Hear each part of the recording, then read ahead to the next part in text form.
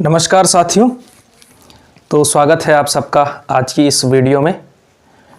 तो मेरे हाथ में ये जो दस्तावेज़ है 4 पेज का, ये शायद आने वाले कुछ महीनों में आप सबके लिए सबसे महत्वपूर्ण 4-5 पेज होने वाले हैं, क्योंकि मेरे हाथ में है जो सहायक अध्यापक हिंदी, जिसको आप LT हिंदी कहते हैं, LT की जो भर्ती परीक्षा आपकी होने वाली है उत्तराखंड में, उसका जो है डिटेल्ड सिलेबस मेरे हाथ में इस समय पर है।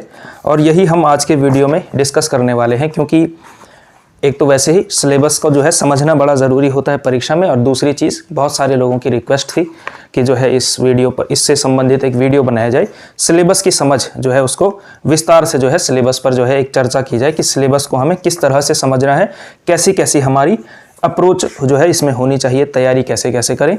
ठीक है, तो जो आपका सहायक अध्यापक में हिंदी का सिलेबस है, हम हिंदी के ही सिलेबस पर आज बात करेंगे। और अगर आप कहेंगे कि पेपर 1 से संबंधित भी, सिलेबस से संबंधित जो है बातचीत है तो की जाए, तो जो है मैं उस पर भी एक वीडियो लेकर के आ जाऊंगा, कोई उसमें समस्या नहीं है। सिलेबस हम कम से कम डिस्कस कर ही सकते हैं, कैसी कैसी उसमें अप्रोच होनी चाहिए, क्योंकि अब आप लोग जानते हैं कि 50 नंबर का आपका जो है पेपर 1 होने वाला है। पेपर 1 हम कहने के लिए कह रहे हैं क्योंकि पहला हिस्सा वो परीक्षा का है, हालांकि दोनों एक साथ ही होगा। ऐसा नहीं होगा कि पहला पेपर कहीं और दूसरा पेपर बाद में होगा, ऐसा नहीं होने वाला है। ठीक है, एक साथ 2 घंटे में 100 प्रश्न आपको करने पड़ेंगे। तो 50 प्रश्न आपके विषय के आने वाले हैं और 50 प्रश्न आपके यानी कि teaching aptitude plus reasoning plus GS GK Uttarakhand से संबंधित सामान्य जानकारी, इस सब का आपका जो है उसमें वेटेज होने वाला है। ठीक है, तो अब हम फिलहाल पेपर जो दूसरा हिस्सा है, विषय वाला हिस्सा, उस पर जो है हमको आज बात करनी है। तो जो हिंदी का विषय है, हिंदी का जो पाठ्यक्रम है हिंदी विषय का, उस पर जो है आज हमको बात करनी है। ठीक, तो हिंदी विषय का जो सिलेबस है उसके हम पहले तो 2 हिस्से कर सकते हैं।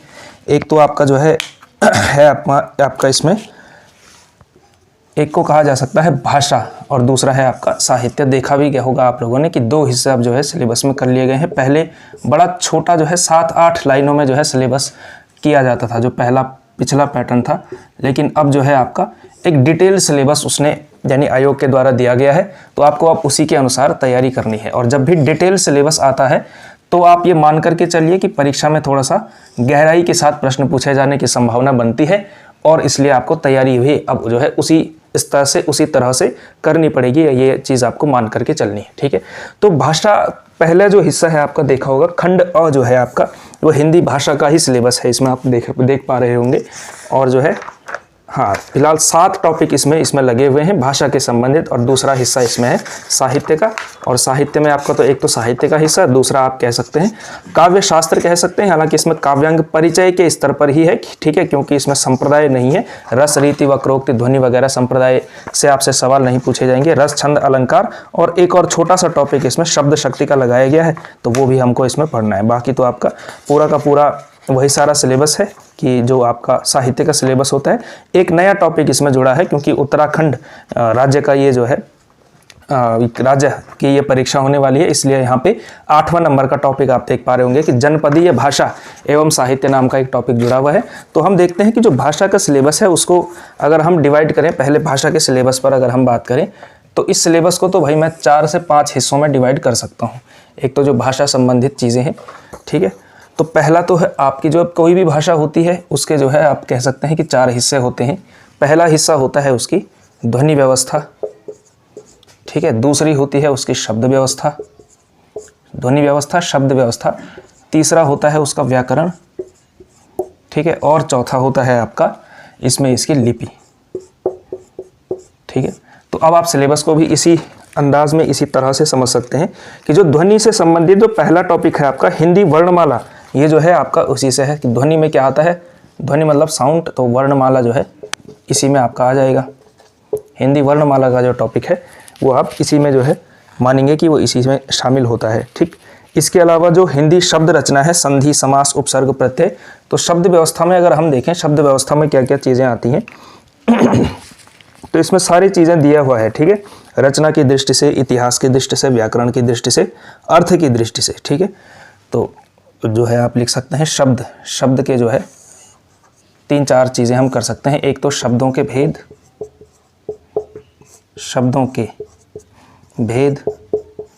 ठीक है, इसमें आपका जो है अलग अलग 3-4 प्रकार का आ सकता है।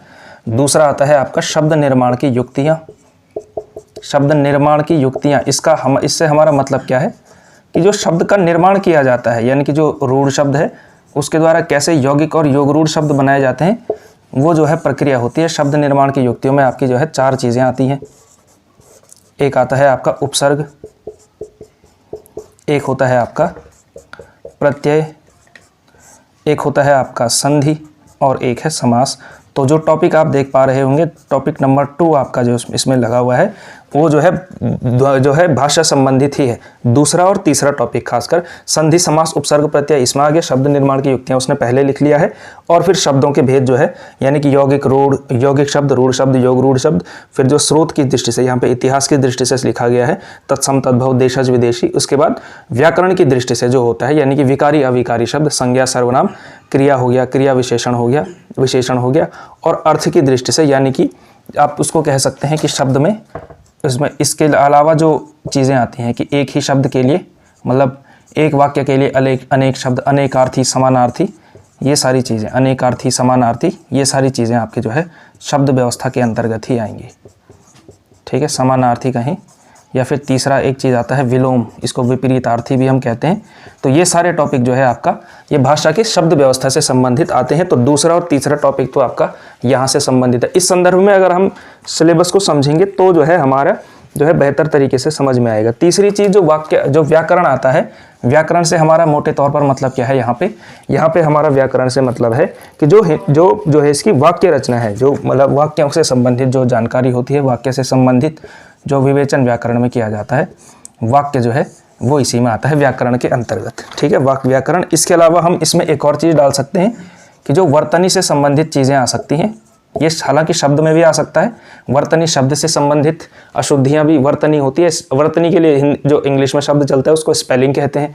ठीक है, तो वाक्य हो गया, इसकी वर्तनी से संबंधित बातचीत हो गई।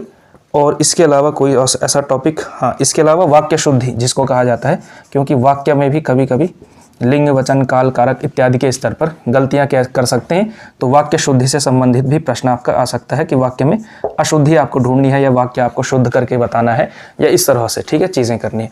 चौथा और अंतिम टॉपिक जो इसमें भाषा से संबंधित आता है वो है आपका लिपि। और लिपि आप लोग जानते हैं हिंदी की लिपि क्या है, देवनागरी लिपि है। ठीक है, तो देवनागरी लिपि का उद्भव एवं विकास, उद्भव अलग चीज़ है, विकास अलग चीज़ है। ठीक है, उद्भव हो गया, विकास हो गया, ये सारी चीज़ें आपको इसके अंतर्गत पढ़नी पड़ेंगी। हिंदी भाषा का उद्भव और विकास, इसके अंदर भाषा का भी लिख सकते हैं।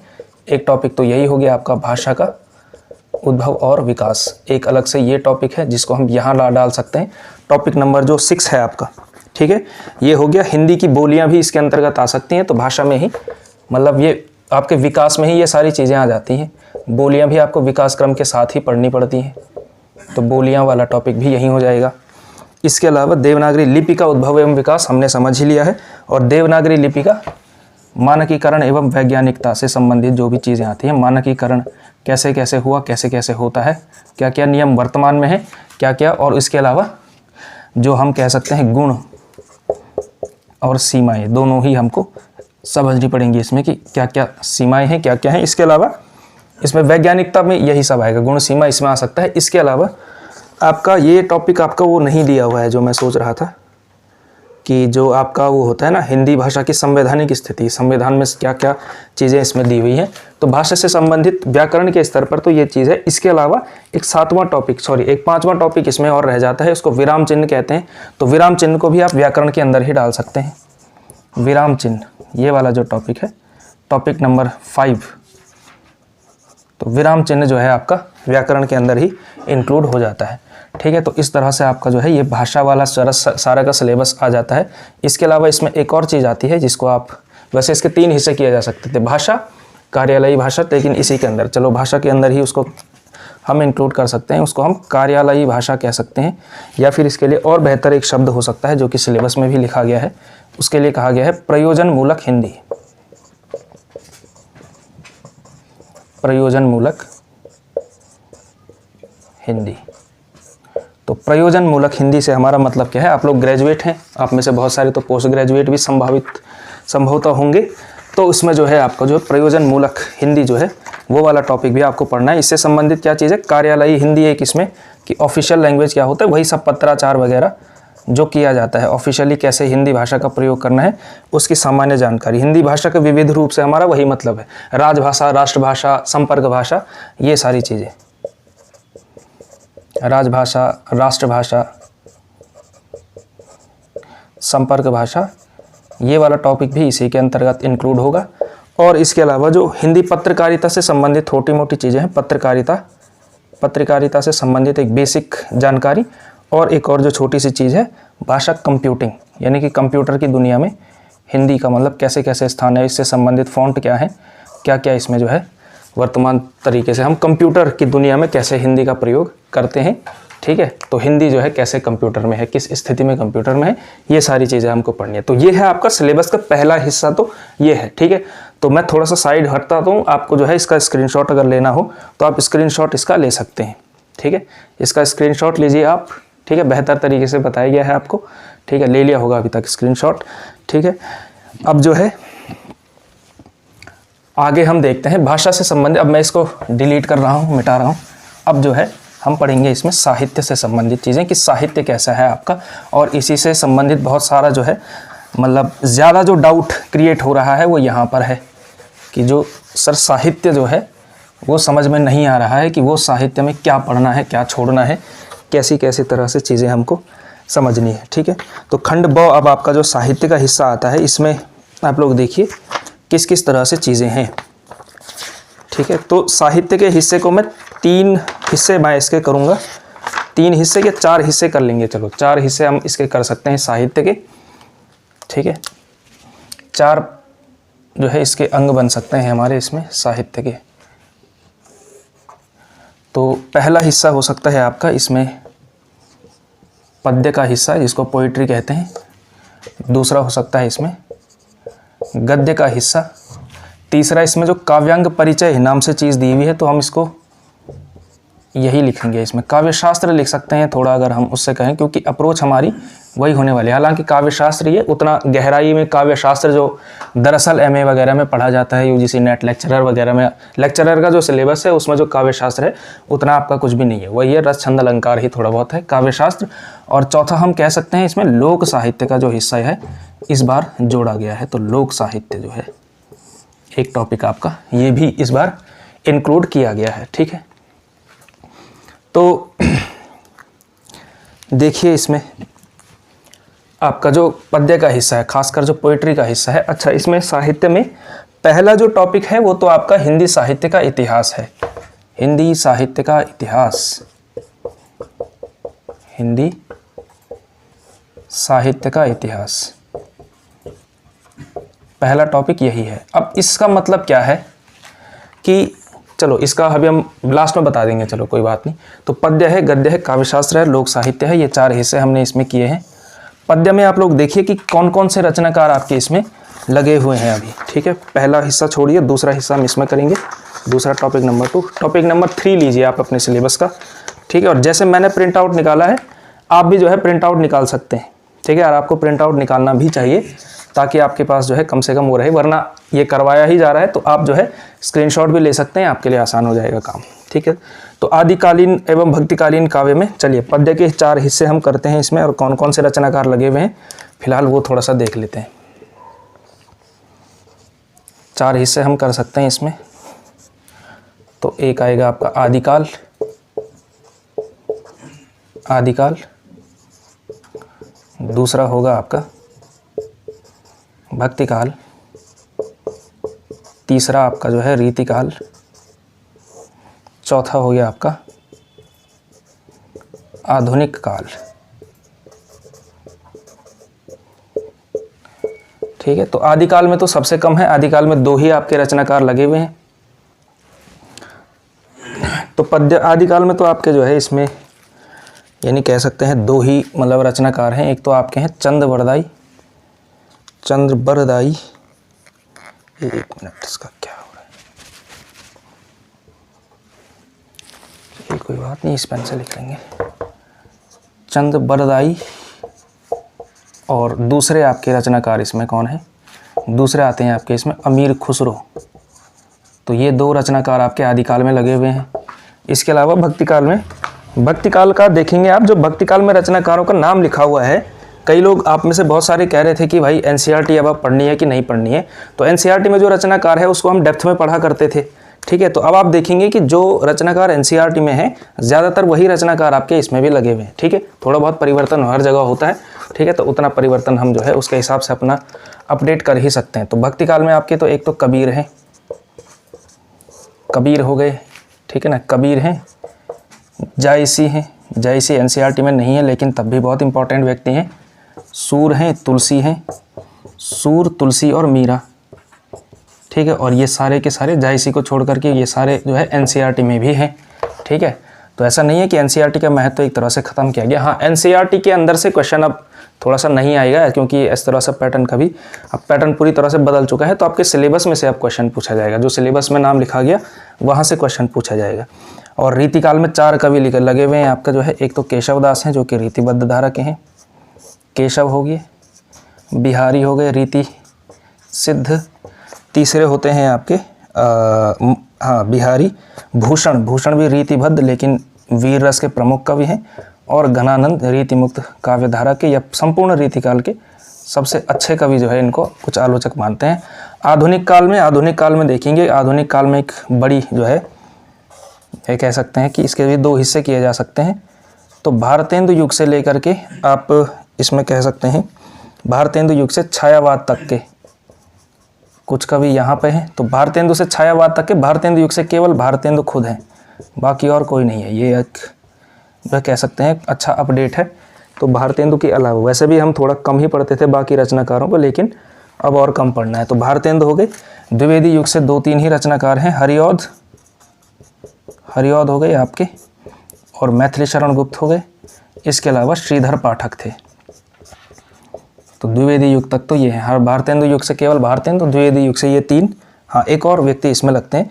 आप इनको चंद्र कुमार बरतवाल को आप यानी द्विवेदी युग और छायावाद के दोनों में आप इनको इंक्लूड कर सकते हैं। चंद्र कुमार बरतवाल और गढ़वाल से इनका संबंध है, ठीक है, इसलिए इनको इस बार इंक्लूड किया गया है। और इसके अलावा 4 छायावादी कवि जो भी हैं आपके प्रसाद, पंत, निराला और महादेवी। तो ये 4 के 4 कवि हमेशा ही होते हैं, किसी भी परीक्षा में इन चारों का महत्व होता है, तो इनका भी है ही, ठीक है। तो छायावादी कवि तक यहाँ तक हमने समझ लिया। अब इसके बाद जो अगले बाकी आते हैं, बाकियों में आप देखेंगे कि छायावादोत्तर कवियों में थोड़ा सा अपडेशन ये है कि आपके जो है एक तो इसमें लग गए हैं आपके बच्चन, ठीक है। थोड़ा नई पेन से लिखा जाएगी ना, इसमें थोड़ा सा इंक कम लग रही है। बच्चन हो गए। इसके अलावा इसमें दिनकर हैं, बच्चन हैं, दिनकर हैं। इसके अलावा अज्ञेय मुक्तिबोध नागार्जुन, अज्ञेय मुक्तिबोध, और इसके अलावा इसमें नागार्जुन है, नागार्जुन, ठीक है, नागार्जुन, नरेश मेहता। ये सारे अब वो कह सकते हैं प्रयोगवाद के लोग हैं, प्रयोगवाद नई कविता, नरेश मेहता वगैरह। नरेश मेहता, केदारनाथ सिंह, अशोक वाजपेयी समकालीन हो गए।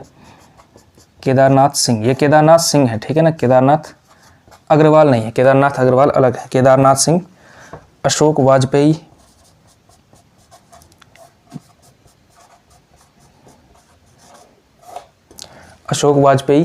ठीक है, अशोक वाजपेयी। इसके अलावा लीलाधर जगूड़ी बहुत इंपॉर्टेंट है, लीलाधर जगूड़ी, ठीक है, लीलाधर जगूड़ी हो गए। इसके अलावा कुछ का नाम यहाँ पे लिख लेते हैं, ठीक है, बाद में आप स्क्रीनशॉट लेकर के डिलीट कर सकते हैं इनको, जगूड़ी। इसके अलावा मंगलेश डबराल, वीरेंद्र डंगवाल, ठीक है। ये 3 लगातार नाम कौन है आपके जो है, इनका संबंध जो है उत्तराखंड से है, मंगलेश डबराल, वीरेंद्र डंगवाल। तो ये सारे जो है इंपॉर्टेंट इसलिए भी ज़्यादा हो जाते हैं, बल्कि इसका नाम इनका नाम ज़्यादा इसीलिए। इसके अलावा अब जो है आपके प्रयोगवाद या कह सकते हैं नई कविता के सर्वेश्वर दयाल सक्सेना, सर्वेश्वर लिख लेते हैं, रघुवीर सहाय और केदारनाथ अग्रवाल भी आपके इसमें है, ठीक है। केदारनाथ सिंह भी हैं और केदारनाथ अग्रवाल भी, रघुवीर सहाय और केदारनाथ अग्रवाल।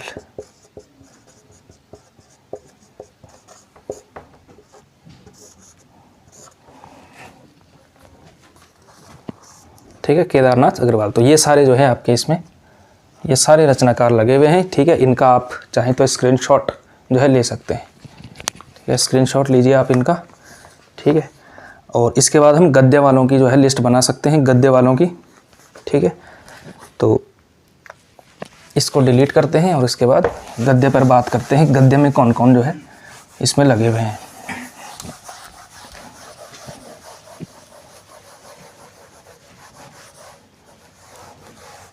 तो गद्य में तो सवाल आता ही नहीं कि मतलब आदिकाल, भक्तिकाल, रीतिकाल, क्योंकि गद्य तो जो है आधुनिक काल में ही शुरू हुआ। पता तो इतनी तो बेसिक जो है समझ आपको होनी ही चाहिए, ठीक है। तो गद्य के लेकिन हम हिस्से कर सकते हैं अलग अलग विधाओं के इसमें। और आप में से बहुत सारे साथी ये कह रहे थे कि सर इस बार उपन्यास नहीं लगा हुआ है क्या? ऐसा नहीं है, उपन्यास बिल्कुल लगा हुआ है। मैं बताता हूँ कैसे लगा हुआ है, कहाँ पे उपन्यास लगा हुआ है, ठीक है। तो जो आपका हिंदी गद्य में आप देखेंगे, जो कथा साहित्य आपका लिखा हुआ है ना, कथा साहित्य, ये कथा साहित्य का मतलब केवल कहानी नहीं होता है। कथा साहित्य में क्या आता है? कहानी भी आता है और उपन्यास भी आता है। ये दोनों चीज़ें जो है कथा साहित्य में आती हैं, ठीक है। तो इसलिए कन्फ्यूज़न नहीं होना चाहिए आपको कि जो है इसमें ये आएगा या नहीं आएगा। तो कहानी और उपन्यास दोनों चीज़ आपकी इसमें आएंगी, ठीक है। तो जो कथा साहित्य में लोग हैं, चंद्रधर शर्मा गुलेरी, प्रेमचंद प्रसाद, पांडे बेचन शर्मा उग्र, हजारी प्रसाद द्विवेदी। अब हजारी प्रसाद द्विवेदी का नाम देखिए आप लोग, जैसे हजारी प्रसाद द्विवेदी ने कोई कहानी नहीं लिखी है जहाँ तक मुझे याद है, ठीक है। लेकिन हजारी प्रसाद द्विवेदी ने 4 उपन्यास जरूर लिखे हुए हैं, ठीक है। तो कथा साहित्य का मतलब इस समय क्या है, जो हम कह रहे हैं कि उपन्यास भी कथा साहित्य में ही आता है, ठीक है। तो ये चीज़ आपको ध्यान रखनी है। हजारी प्रसाद द्विवेदी, इलाज चंद्र जोशी, जैनेन्द्र, यशपाल, मोहन राकेश, शैलेश मटियानी उपन्यास की दुनिया में ज़्यादा प्रसिद्ध हैं। राजेंद्र यादव, कमलेश्वर, कृष्णा सोबती, मनोहर श्याम जोशी, फणीश्वरनाथ रेणु, भीष्म साहनी, मन्नू भंडारी, उषा प्रियंवदा, वल्लभ डोभाल। 1-2 लोग जो है नए जुड़े हैं इसमें, जो आपको ध्यान देने चाहिए, वल्लभ डोभाल और आपके सुभाष पंत, ठीक है। वल्लभ डोभाल और सुभाष पंत, तो ये 2 जो है नाम आपको नए ध्यान रखने पड़ेंगे, वल्लभ डोभाल और सुभाष पंत, ठीक है। तो इन 2 रचनाकारों को अब आपको नया पढ़ना पड़ेगा। बाकी सारे रचनाकार सेम है, निर्मल वर्मा वगैरह सब आपने पढ़ रखे हैं। इसके अलावा जो गद्य में दूसरा साहित्य आता है, दूसरा हिस्सा आता है, यानी वो आता है नाटक का। नाटक में सब कुछ है। नाटक में यानी भारतेंदु हरिश्चंद्र, राम कुमार वर्मा, बहुत बड़ा नाम, उपेंद्रनाथ अश्क, भुवनेश्वर, सेठ गोविंद दास, जगदीश चंद्र माथुर, उदय शंकर भट्ट, गोविंद वल्लभ पंत, जयशंकर प्रसाद, मोहन राकेश, विष्णु प्रभाकर, लक्ष्मी नारायण मिश्र। ऐसा कोई व्यक्ति नहीं है जो कि मतलब बहुत प्रसिद्ध ना हो नाटकों की दुनिया में। सारे के सारे प्रोमिनेंट राइटर्स आपके इसमें लगे हुए हैं। अब जो आता है आपका कथेतर गद्य, कथेतर गद्य में आप कह सकते हैं एक तो विधा आती है आपकी निबंध। निबंध में भी वो सारे लोग लगे हुए हैं जो मतलब इंपॉर्टेंट होते हैं, जैसे चंद्रधर शर्मा गुलेरी, ठीक है। बालकृष्ण भट्ट, बहुत बड़े इंपॉर्टेंट नाम, हिंदी का जो है इनको स्टील कहा जाता है। रामचंद्र शुक्ल, हजारी प्रसाद द्विवेदी, रामधारी सिंह दिनकर, विद्यानिवास मिश्र, कुबेरनाथ राय, हरिशंकर परसाई, सारे के सारे महत्वपूर्ण रचनाकार। अगर नहीं भी लिखा रहता है इनको तो निबंध आपको पढ़ते हुए इनको ही पढ़ना पड़ता है, इनको तो पढ़ना ही पड़ता। सारे महत्वपूर्ण रचनाकार आपके इसमें लगे हुए हैं, ठीक है। इसके अलावा जो रेखा चित्र एवं संस्मरण वाला है, रेखा चित्र एवं अन्य विधाएं नाम से लिखा हुआ है, यानी कि इसमें रेखा चित्र, संस्मरण, यात्रा और रिपोर्टाज वगैरह सारी विधाएं इसमें आ जाएंगी। तो रेखा चित्र वाला जो आपका इसमें है तो पद्म सिंह शर्मा, ठीक है, बनारसीदास चतुर्वेदी, महादेवी वर्मा, रामवृक्ष बेनीपुरी, कन्हैयालाल मिश्र और विष्णु प्रभाकर। वैसे ही पढ़ना पड़ता, वो सारे हैं। इंपॉर्टेंट जो चीज़ है आपकी वो आपका मतलब लोक साहित्य, चलो उसको अलग से हम डिस्कस कर लेंगे। तो गद्य में तो वही सारे लोग हैं, केवल वल्लभ डोभाल, सुभाष पंत, ये 2 नए नाम हमने देखे हैं जो हम अगर उत्तराखंड में अगर ये मतलब परीक्षा ना हो रही होती तो शायद इन 2 रचनाकारों का नाम आप नहीं देखते, फिर आप उन रचनाकारों का नाम देखते जो उस राज्य से संबंधित है। लेकिन उत्तराखंड की परीक्षा है तो उत्तराखंड राज्य से संबंधित रचनाकारों का जो है यहाँ पे रहेगा, यहाँ नहीं पूछेंगे तो और कहाँ पूछेंगे, ठीक। अब जो है आपको इसमें देखेंगे आप जो कि आपका काव्य शास्त्र से संबंधित ये जो टॉपिक है आपका काव्य शास्त्र वाला। तो देखिए काव्य शास्त्र में देखो आप, काव्य शास्त्र में वही 3 चीज़ें जो पहले भी लिखी हुई थी, केवल नाम ही लिखा रहता था इन चीज़ों का। एक चीज़ थी आपकी रस, एक हो गया आपका छंद, तीसरी चीज़ हो गई आपकी अलंकार। रस, छंद और अलंकार, ये 3 चीज़ें आपकी इसमें पहले भी थी, अब भी जो है आ चुकी हैं। आई होप दिख रहा होगा आप लोगों को, ठीक है। थोड़ा सा यहाँ पे लाइटिंग की समस्या है आज, थोड़ा इनमें इंक जो है उतनी अच्छे से दिख नहीं रही है। तो रस, छंद, अलंकार, ठीक है, 3 इंक में बदल चुका हूँ, रस, छंद, अलंकार। और तीसरी चीज़ जो है एक नई चीज़ इसमें जुड़ी है, शब्द शक्ति। हालांकि इसका पता आपको होना ही चाहिए, शब्द शक्ति, अभिधा, लक्षणा और व्यंजना, ठीक है। तो काव्य शास्त्र ये सारी चीज़ें हैं। बाकी छंदों का नाम इसमें लिखा हुआ है। रस से संबंधित यही सारी चीज़ें पूछी जाती हैं कि रस का सामान्य जो रस के अंग होते हैं, स्थायी भाव, संचारी भाव, विभाव, अनुभाव, वो सारी चीज़ें इसमें लिखी हुई हैं। और रसों के भेद यानी कि कितने प्रकार के रस हैं, 9, 10, 11 है ना, जितने भी 8, 9, 10, 11, ये जो है 4 प्रकार से, 4 विद्वान अलग अलग प्रकार से मानते हैं। ठीक। और छंद में जो है, छंद भी आपके दोनों प्रकार के दिए हुए हैं। मात्रिक छंदों भी आपका स्पेसिफिक नाम दिया हुआ है कि कौन कौन से पढ़ने हैं, और वार्णिक भी दिया हुआ है, तो हम ये पढ़ेंगे। ठीक है, इन्हीं छंदों को पढ़ना है जो आपके सिलेबस। मात्रिक में कौन कौन से, दोहा, चौपाई, रोला, सोरठा, सवैया और बरवे। ठीक है।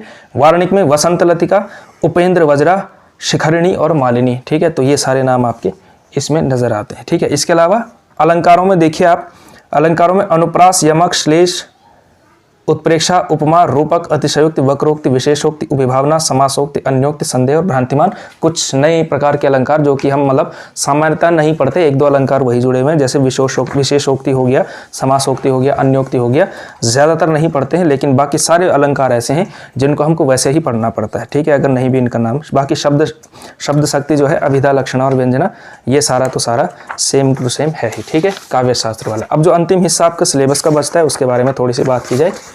ठीक है, वैसे ही वीडियो थोड़ा लंबा हो रहा है,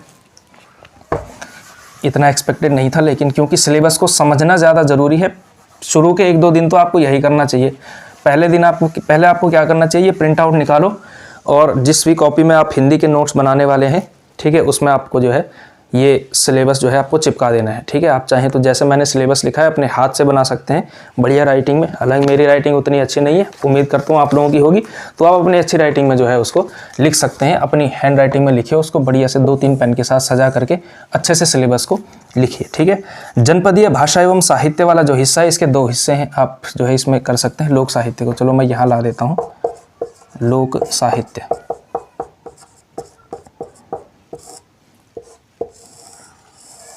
ठीक है, इसके जो है 2 हिस्से हैं। एक तो भाषा से संबंधित कुछ चीज़ें पूछी जा सकती है, एक तो हो गया आपका भाषा। इसमें जो शब्द लिखा हुआ है, जनपदीय भाषा, उत्तराखंड की भाषाएं एवं उनके लोक साहित्य का परिचय।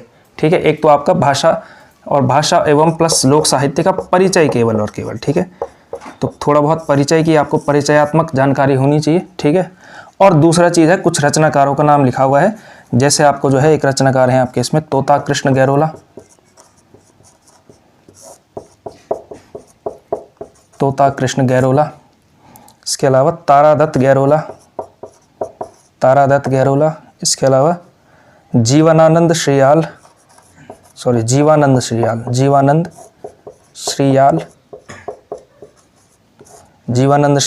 इसके अलावा अबोध बंधु बहुगुणा।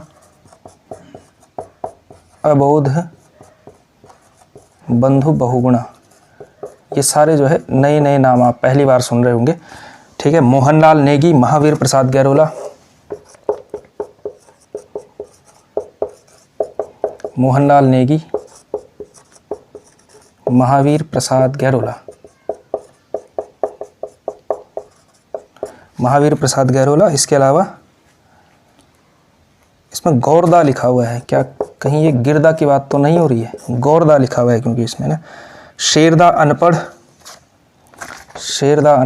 हो सकता है ये दूसरे व्यक्ति हों, गौरदा, शेरदा अनपढ़। अच्छा, रोचक बात है कि इसमें जो है आपके न तो नरेंद्र सिंह नेगी का नाम है, ना गिरीश तिवारी गिरदा का नाम है। चलिए जो भी कारण रहा हो ठीक है, लेकिन बाकी तो पढ़ने तो है ही, हमारा काम पढ़ना है, जो दिया जाएगा हम वही पढ़ेंगे। चारूचंद्र पांडे, चारूचंद्र पांडे, देवकी मेहरा और चंद्रलाल वर्मा। तो ठीक ठाक संख्या इनकी है। ठीक है, तो ये सारे जो है थोड़ा थोड़ा आपको पढ़ने ही पड़ेंगे। देवकी मेहरा और इसके अलावा चंद्रलाल वर्मा। तो ये सारे नाम जो है आपके लोक साहित्य से संबंधित हैं। ठीक है, तो ये था आपका जो है हिंदी का, LT हिंदी का सारा सिलेबस। ठीक है, अगर थोड़ा सा इसमें शायद इस हिस्से में थोड़ा कम दिख रहा होगा आपको। ठीक है, लेकिन तब भी ये जो है महावीर प्रसाद गैरोला लिखा हुआ है और ये मोहनलाल नेगी लिखा हुआ है। ठीक है, तो ये है आपका सिलेबस LT का। ठीक है, इसके अलावा अगर आप खुद पढ़ना चाहें तो खुद पढ़ सकते हैं, समय समय पर वीडियो तो आपके लिए आती रहती ही है। ठीक है, इसके अलावा अगर आप पढ़ना चाहते हैं तो मैं आपको जो है अपना WhatsApp नंबर नीचे दे दूंगा, हमारे जो है संस्थान में कोर्स चल रहे हैं। ठीक है, तो आप जो है वो ज्वाइन कर सकते हैं और नए सिलेबस के हिसाब से पढ़ाया जाएगा, पुराने हिसाब से पढ़ा करके कोई फ़ायदा भी नहीं है। और नई तरीके से हम पढ़ेंगे, चाहे पेपर 1 हो चाहे पेपर 2 हो, उससे संबंधित भी, ठीक है। और परिचयात्मक एक जो है पेपर 1 से संबंधित हिंदी वाले अगर समझना चाहते हैं और मुझसे समझना चाहते हैं तो सिलेबस को समझाने के लिए जो है एक वीडियो कल आपके सामने मैं लेकर के आऊँगा, ठीक है। फिलहाल आप लोग पढ़ते रहिए, इस सिलेबस को आप बहुत अच्छे से जो है समझ करके अपनी भाषा में लिखिए, ठीक है। मैंने थोड़ा सा वीडियो बहुत लंबा हो रहा था, इसलिए मैंने जो है गद्य में जो बहुत सारे रचनाकारों का नाम लिखा नहीं है, तो आप जो है सिलेबस में जा करके देख करके उनका लिख सकते हैं नाम, ठीक है। उतनी कोई समस्या की बात नहीं है। तो इस तरह से आप जो है, ये आपका सिलेबस है। बाकी अगर आप जुड़ना चाहते हैं हमसे तो निश्चित रूप से आप जुड़ सकते हैं। आपके लिए हम हमेशा जो है तत्पर हैं, आपके लिए जो है हम हमेशा तैयार हैं। आपकी इस यात्रा को आसान करने के लिए हम हैं। अच्छा, एक चीज़ और इसमें छूट गई है, हिंदी साहित्य का इतिहास अभी मेरी नज़र पड़ी। हिंदी साहित्य का इतिहास, ये टॉपिक नंबर 1, ये कैसे हमने जो है कवर करना है, इसमें क्या होगा।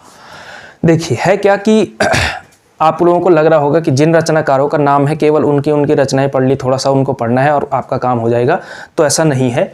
तो क्या हम जो पढ़ते हैं कि हिंदी जो है रीतिकाल का नामकरण, रीतिकाल की प्रवृत्तियां क्या हैं, विशेषताएं क्या हैं, वो हमको कहाँ पढ़नी है, वो सारी चीज़ें हमको यहाँ पढ़नी है हिंदी साहित्य का इतिहास में, ठीक है।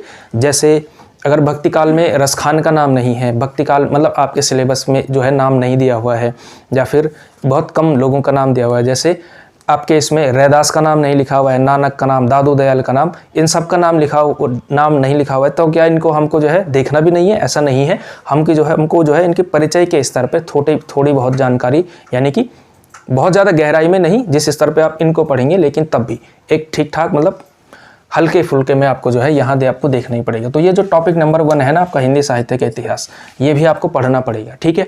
और इसके लिए किताब जो है, अब देखो कोई भी किताब जो है इसमें अब इररेलेवेंट हो चुकी है। क्यों? अब कोई अगले 10-15 दिन में जो है किताब लेकर के आ जाए तो उसकी गारंटी मैं नहीं देता हूँ, ठीक है। और कोई 10-15 दिन में, अगले 10-15 दिन में किताब लेकर के आएगा तो क्या ही उसका महत्व होगा, आप समझ सकते हैं। 10 दिन में कोई किताब अच्छे से नहीं लिख सकता है, क्योंकि नया टॉपिक देखिए, इनका नाम कहाँ आपको मिलेगा, ठीक है। तो इसके लिए हम रिसर्च करके मैं आपके लिए जो है ढूंढ करके लाऊंगा, किताब नहीं, नोट्स के माध्यम से मेहनत करके जो है क्लासेस में ये सारी चीज़ें आपको पढ़ाई जाएंगी। जो नया है और जो पुराना है उसके हिसाब से तो चल ही रहा है, वो तो कोई भी पढ़ा लेगा आपको, लेकिन नए पैटर्न के हिसाब से नई चीज़ें हम आपको पूरी तरह से बताएंगे, ठीक है।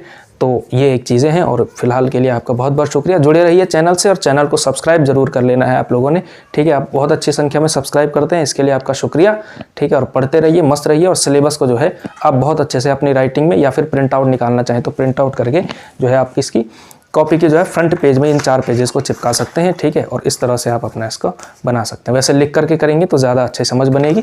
तो फिलहाल के लिए बहुत बहुत शुक्रिया आपका, थैंक यू।